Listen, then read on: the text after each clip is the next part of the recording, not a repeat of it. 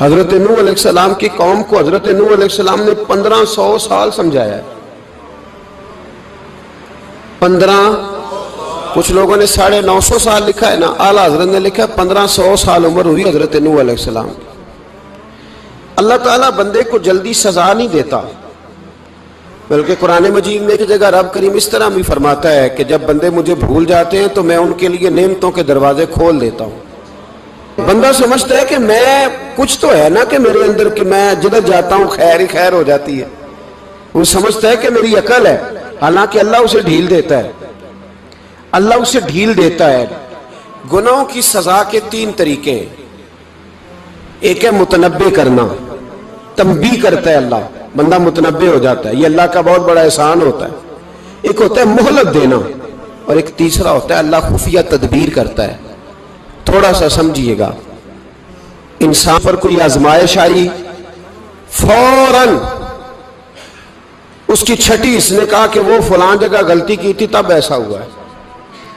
ہوتا ہے نا کئی دفعہ آواز آتی ہے نا اندر سے، چلیں بول دیں کچھ نہیں ہوتا آپ کو. اللہ جانتا ہے یہاں کوئی کچھ نہیں کہے گا آپ کو، اور ہماری تو ویڈیو بھی نہیں گھومتی، یعنی خبر بھی نہیں ہو کہ کس نے ہاں کر دی کس نے نہ کر دی. آپ بغیر ٹینشن کے بات چیت کریں، آج کچھ نہیں ہوتا ہے انشاءاللہ تعالی. آتی ہے اندر سے آواز. میں آپ سے اس لیے ان چیزوں کی تصدیق کراتا ہوں کہ باقیوں کو بھی آتی ہے کہ نہیں، اس لیے تصدیق. کبھی کوئی کسی جگہ انسان پریشان ہوتا ہے تو محسوس کرتا ہے کہ وہاں مجھ سے ہوتا ہے نا جی، جس کو یہ نصیب ہو جائے بڑا خوش نصیب آدمی ہے. حضرت مولا علی فرماتے ہیں اگر تجھے دنیا میں سزا مل گئی تو بچ گیا ہے، سمجھ پھر اللہ کرم کرے گا، آخرت میں سزا نہیں دے گا. اور یہ یاد رکھ لے، وما اصابکم من مصیبت فبما کسبت ایدیکم ویعفو عن کثیر. اللہ فرماتا ہے دنیا میں تجھے جو بھی تکلیف پہنچتی ہے وہ تیرے ہاتھوں کے کرتوتوں کی وجہ سے پہنچتی. ویعفو عن کثیر، فرمایا کثیر گناہ تو میں ویسے ہی معاف کر دیتا ہوں. یہ جو تیری زندگی میں دکھ ہے نا، یہ بھی میری قلیل سزائیں ہیں. یہ کثیر پر سزا، یہ قلیل ہے قلیل. یہ جو تمہاری زندگی میں تکلیفیں، انسان کو سزا ملتی. حضرت فضیل بن عیاض رحمۃ اللہ تعالی علیہ گھوڑے پہ بیٹھے تھے، گھوڑا شرارت کرنے لگ گیا، اچھلنے لگ گیا، کودنے لگ گیا. تو حضرت فضیل بن عیاض نیچے اترے، ایک کونے میں جا کے نماز کی نیت باندھ لی، 2 رکعت نماز پڑھی، پھر دیر تک استغفار پڑھتے رہے، روتے رہے، دعا کرتے رہے. واپس آئے، خادم عرض کرنے لگے حضور سمجھ نہیں آئی، گھوڑے نے تھوڑی سی شرارت کی، وہ بدکا ہے، آپ نے اس کو چھوڑا ہے اور چھوڑ کر کے آپ نماز میں لگ گئے. تو حضرت فضیل بن عیاض فرمانے لگے جب بندہ اللہ کی نافرمانی کرتا ہے نا تو جو چیزیں اس کی فرما بردار ہوتی ہیں وہ اس کی نافرمانی کرنے لگ جاتی. تو مجھے محسوس ہوا تھا کہ میں نے کہیں اللہ کی نافرمانی کی ہے، اس لیے ایسا ہوا ہے کہ میرے گھوڑے نے میری، تو میں توبہ کرنے لگا ہوں. اور اب دیکھتا ہوں بیٹھ کے بھلا کیا ہوتا ہے. میں نے سچی توبہ، حالانکہ مجھے یاد نہیں کہ میں کہاں بولا، پر کھری اور سچی توبہ کی. دوبارہ گھوڑے پہ بیٹھے تو گھوڑا بالکل صحیح ہو کے ساتھ چلنے لگ گیا. میرے بھائی جب یہ تنبیہ ہے اللہ کی طرف سے، یہ متنبع کیا جاتا ہے کہ تو بعد آ جا. بہت ساری جگہوں پہ انسان کو وقتی طور پر اگر سزا مل جائے، نبی پاک علیہ السلام کی خدمت میں ایک صحابی آئے، بات مضبوط کر دوں، واقعہ سنایا ہے نا تو کچھ لوگ سمجھتے ہیں کہ یہ واقعہ ہے، تو میں ایک حدیث پاک امام بہقی کی لکھی ہوئی عرض کرتا ہوں. نبی پاک علیہ السلام کے ایک صحابی آئے اور ان کا سر پھٹا ہوا تھا، خون بہ رہا تھا. سرکار نے فرمایا کیا ہوا؟ عرض کی حضور ایک عورت جا رہی تھی، میری نظر پڑی، ابھی نظر پڑی ہے کہ میرے آگے ستون آ گیا تو میرے سر پہ لگ گیا. نبی پاک صلی اللہ علیہ وسلم نے فرمایا تیرے لیے خوشخبری ہے، اگر دنیا میں تیری غلطی کی تجھے سزا ملی ہے تو پھر رب تجھے قیامت میں سزا نہیں دے گا. پھر اللہ قیامت میں سزا، بعض گناہ ایسے ہیں جن کی یہاں بھی سزا ملے گی اور وہاں بھی ملے، لیکن میرے بھائی پہلی بات یہ ہے کہ اللہ تعالیٰ اس غلطی کی یہی سزا دے لے اور دعا فرمائے اللہ تبارک و تعالیٰ یہاں بھی معافی عطا فرمائے وہاں بھی معافی عطا فرمائے، اللہ درگزر ہی فرمائے. لیکن میرے بھائی ایک تو یہ سزا، ایک سزا یہ ہوتی ہے کہ انسان جب گناہ کرنے لگتا ہے تو اللہ نعمتوں کے دروازے کھولتا ہے، مہلت دیتا ہے. 500 سال تک فرعون کو مہلت دی. کتنے؟ یہاں جو 5 سال حکومت کر لیتا ہے وہ کہتا ہے سب سے قابل میں ہی ہوں، مجھے مہلت جو ملی ہوئی ہے۔ 500 سال مہلت دی اللہ تعالیٰ نے، اور فرعون کی قوم پر پتہ عذاب کس طرح کیا آئے تھے؟ ٹڈیاں مسلط کر دی اللہ نے۔ یہ گھومتی نہیں چھوٹی سی، ہم اپنی زبان میں اس کو کچھ لوگ مختلف ناموں سے یاد کرتے ہیں، کوئی مکڑی کہتا ہے، کوئی کچھ کہتا ہے، مسلط کر دی، جاتی نہیں۔ ان پر بنی اسرائیل کے ان مقابل جو فرعون کی قوم تھی، ان پر الزام اس طرح کا عذاب آیا کہ مینڈک مسلط کر دی اللہ تعالیٰ۔ برتن کھولتے تھے اندر مینڈک نکلتا تھا، دنیا کی ہر دوائی استعمال کرتے تھے لیکن مینڈک نکل آتا تھا۔ تھوڑا سا سمجھا کریں چیزوں کو، ہمارے رنگ نہیں زیادہ گورے کہ ہم پر عذاب نہیں آتا۔ کوئی بہت زیادہ اللہ تعالیٰ معاف فرمائے دولت نہیں جمع کرا بیٹھے شاہی خزانے میں کہ ہم سے پوچھا نہیں جائے گا۔ یہ مہلت ہے، مہلت کو مہلت سمجھو۔ پھر جب پکڑ آتی ہے نا اللہ کریم کی، میں نے دیکھا ہے کروڑوں روپیہ، 6 اولادیں، ایک شخص کے بچے باہر سے آ رہے تھے، وہ بندہ بیمار تھا، مجھے کہنے لگا حضرت جی دعا کریں میں ان کے آنے سے پہلے مر جاؤں ورنہ آ کے مجھے مار دیں گے، دعا کریں۔ اتنی بے سکونی، کروڑوں روپیہ پڑا ہے تو یہ عذاب نہیں؟ کوئی ضروری ہے کہ پتھر ہی برسیں گے تو سمجھ آئے گی؟ یہ جو سگا بیٹا بوڑھے باپ کے قریب سے گزر جاتا ہے، سلام نہیں لیتا تو اس کو عذاب نہیں سمجھتے؟ یہ جو امت کی بیٹیاں، امت کی بچیاں، ہماری بچیاں ایک سال کے اندر 75,000 ہزار بچی ایک ڈویژن سے بھاگ کے شادی کر رہی ہے، اور ایک صوبے سے، تو اس کو آپ اللہ کا عذاب نہیں سمجھتے؟ یہ معمولی بات ہے؟ نہیں ہمارے رنگ ہو رہے ہیں، ہم بڑے سمارٹ ہیں۔ 1500 سال مہلت دی نوح علیہ السلام کی قوم کو۔ کتنے سال؟ بول کے بتائیے، بول کے دوبارہ بولیے۔ 1500 سال۔ کوئی آدمی اپنی سمارٹنس پہ خوش نہ ہو جائے کہ 20 سال ہو گئے میں تو نافرمانی بھی کر رہا ہوں، روٹی بھی پک رہی ہے، میں تو حرام بھی کھا رہا ہوں، پھر بھی سب ٹھیک ہے۔ 1500 سال مہلت دی۔ پھر حضرت نوح کہنے لگے اللہ میں نے تو بڑا سمجھایا، نہیں باز آتے۔ تو رب کریم نے فرمایا کشتی بناؤ۔ اللہ کے پیغمبر کشتی بنانے لگے تو قوم مذاق اڑانے لگ گئی۔ اب کیا کرنے لگے ہو؟ اب کشتی بنانے لگے ہو، خیر تو ہے، قوم مذاق اڑا رہی ہے حضرت نوح علیہ السلام کا۔ آپ نے کشتی بنائی، پانی کہاں سے نکلا؟ نہ بارشیں ہوئی، نہ سیلاب آئے، ایک تندور تھا اس کے اندر سے پانی نکلنا شروع ہو گیا۔ کبھی تندور سے بھی پانی نکلا ہے، پر جب نکالنے والا چاہتا ہے تو وہاں سے بھی ایک تندور سے پانی نکلا۔ اتنا نکلا، اتنا نکلا، اتنا نکلا کہ قوم ساری ڈوب گئی۔ قرآن مجید کے صفحات شہادت دیں گے کہ حضرت نوح کی قوم کا بچہ بہ گیا، بچے صرف وہ تھے جو حضرت نوح کے ساتھ ہو گئے، تباہ ہو گئی۔ اللہ بے نیاز ہے، بے نیاز۔ 1500 سال مہلت ملے اور تو پھر بھی کہے رب بڑا کریم ہے، معاف کر دے گا۔ 1500 سال تجھے گنجائش دے اور تو کہے کوئی نہیں، بات معافی ملنی چاہیے ابھی بھی۔ میرے بھائی، حضرت صالح علیہ السلام کی قوم، حضرت صالح نے تبلیغ شروع کی تو کہنے لگے پہلے معجزہ دکھاؤ۔ جی آج تو نہیں لوگ معجزے مانگتے، آج بھی لوگ کرامتے اور معجزے، اللہ معاف کرے، جو چیزیں معجزہ تو ہو نہیں نہ سکتا، لیکن آج بھی لوگ، آپ یقین کریں، کہتے ہیں یہ بڑی نمازیں پڑھتا ہے تو پھر بخشا کیوں نہیں گیا، پھر کیوں نہیں منو سلوا کیوں نہیں اترا اس پر، پھر میں بھی اسی طرح ہی ہوں، کیا اس کے اندر خوبی آ گئی؟ مولوی بھی ویسے ہی ہے، صوفی بھی ویسے ہی ہے، لوگ مانگ نہیں رہے، لوگ دلیلیں مانگ نہیں رہے، ابھی بھی لوگ بحث نہیں کرتے، کیا فرق آ گیا جی، ویسے ہی ہیں سارے۔ اللہ تعالیٰ سے ڈرنا چاہیے، ہمیں سامنے والے کی طرف دیکھ کر صحیح ہونے کا حکم نہیں ہے، ہمیں اپنی اصلاح کا حکم ہے، اپنی طرف دیکھ کے اپنے آپ کو ٹھیک کرنے کا۔ الزام لگا کے گزر جانا اس کا کوئی مطلب؟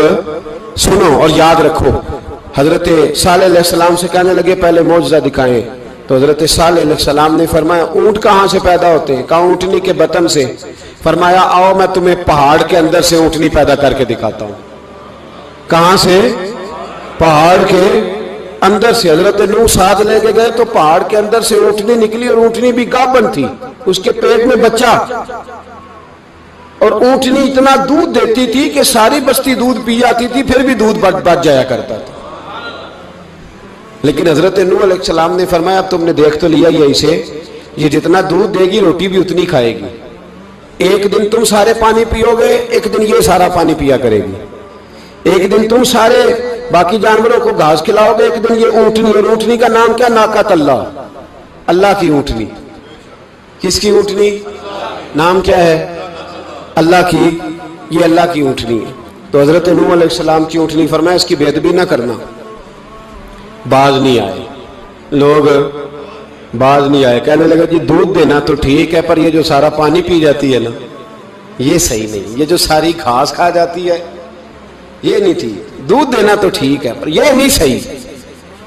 آپ نے فرمایا اسے کچھ نہ کہنا، اللہ کی اونٹنی ہے۔ میں کہا کرتا ہوں ان لوگوں نے ناقۃ اللہ کی بے ادبی کی، حضرت نوح علیہ السلام کی اونٹنی کی ٹانگیں کاٹ دی، صالح علیہ السلام کی۔ اور دیکھو اللہ بڑا بے نیاز ہے، اگر پیدا کرنا جانتا ہے تو حفاظت کرنی نہیں جانتا، لیکن رب کریم نے فرمایا نہ کرنا۔ انہوں نے ان کے پیر کاٹ دیے، کانوں پہ چھریاں لگائیں۔ اونٹنی جب مر گئی، اونٹنی اللہ تبارک و تعالیٰ کی وہ اونٹنی جب مر گئی تو حضرت صالح علیہ السلام کی قوم پر رب کریم نے زلزلہ بھیجا۔ اذا زلزلت الارض زلزالہا، جب زلزلے آئیں گے اور جب ان کا زلزلہ آنا زلزلہ آتا ہے نا، کیا کرتی ہے قوم؟ لا الہ الا اللہ، لا الہ الا اللہ، کلمے جاری ہو جاتے۔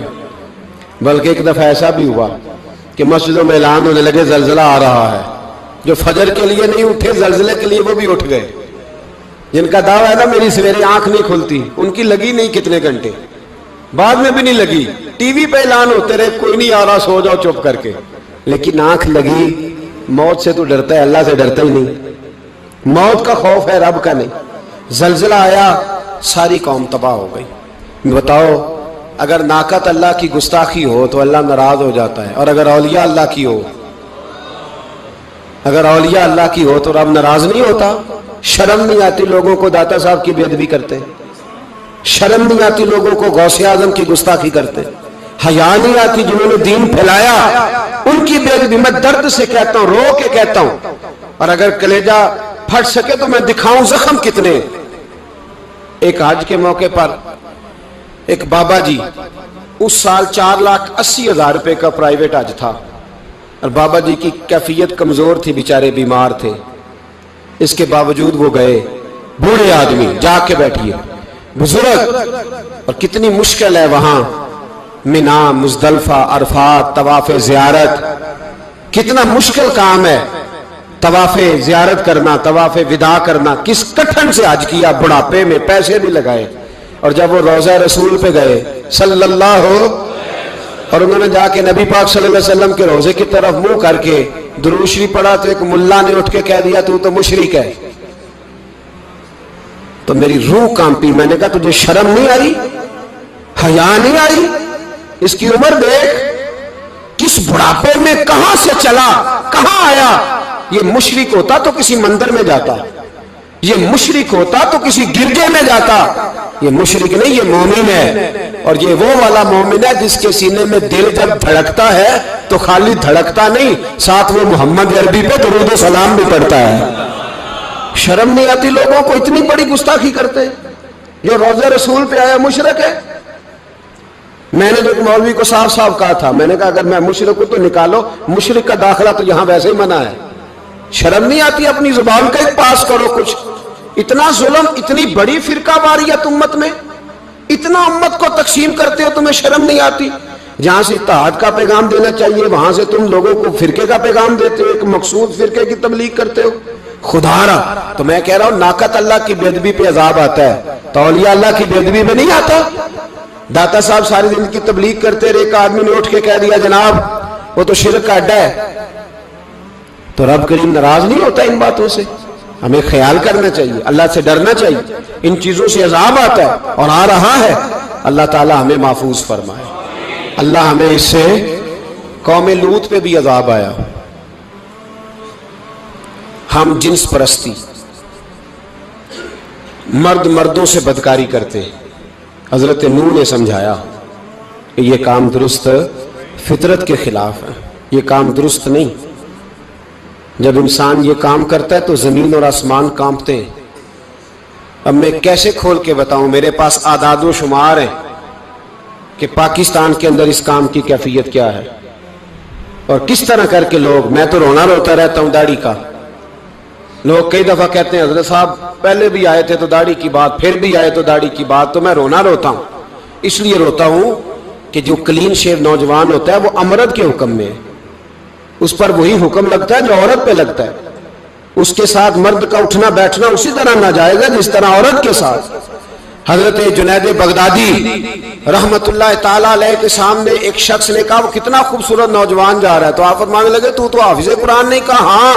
فرمانے لگے جا اپنے حفظ کی خیر بنا۔ وہ شخص کہتا ہے میں نے اس بغیر داڑھی والے کلین شیو نوجوان کو بری نظر سے دیکھا، مجھے قرآن پاک ہی بھول گیا، سارا قرآن پاک بھول۔ اور کتنے سال میں دعائیں کرتا رہا، بیت اللہ کے طواف کرتا رہا، میں یاد بھی کرتا تو نہیں ہوتا۔ کیسے اب تو ہمارا نعت کہاں بیوٹی پارلر سے ہو کے آتا ہے، ہم کسی اور کو کیا پیغام دیں؟ وہ پیغام، وہ نظام، وہ طریقہ کار جس کا حکم تھا شریعت میں، قوم لوط پر عذاب آیا۔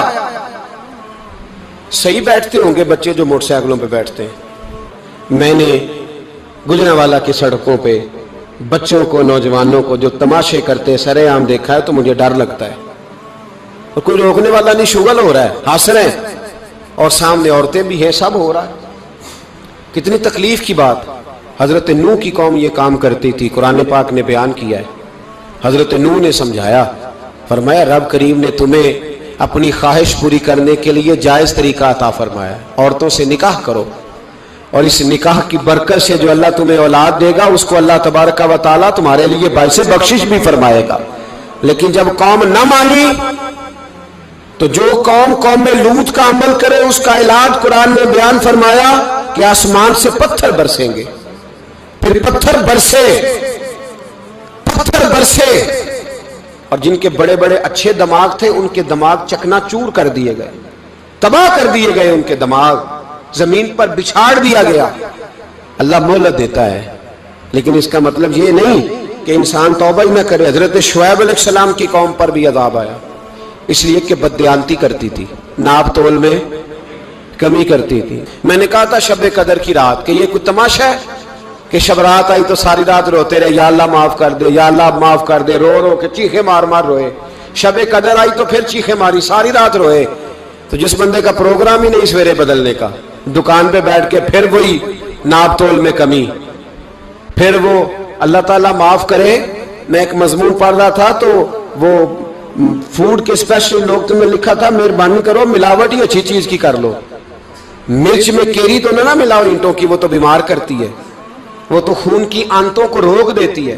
وہ کہنے لگا، اور وہ کہتا میں تمہیں بتاتا ہوں کون کون سی چیز ملائی جا سکتی ہے، وہ ملا لو۔ خدا را اس قوم پہ رحم کرو، مہربانی۔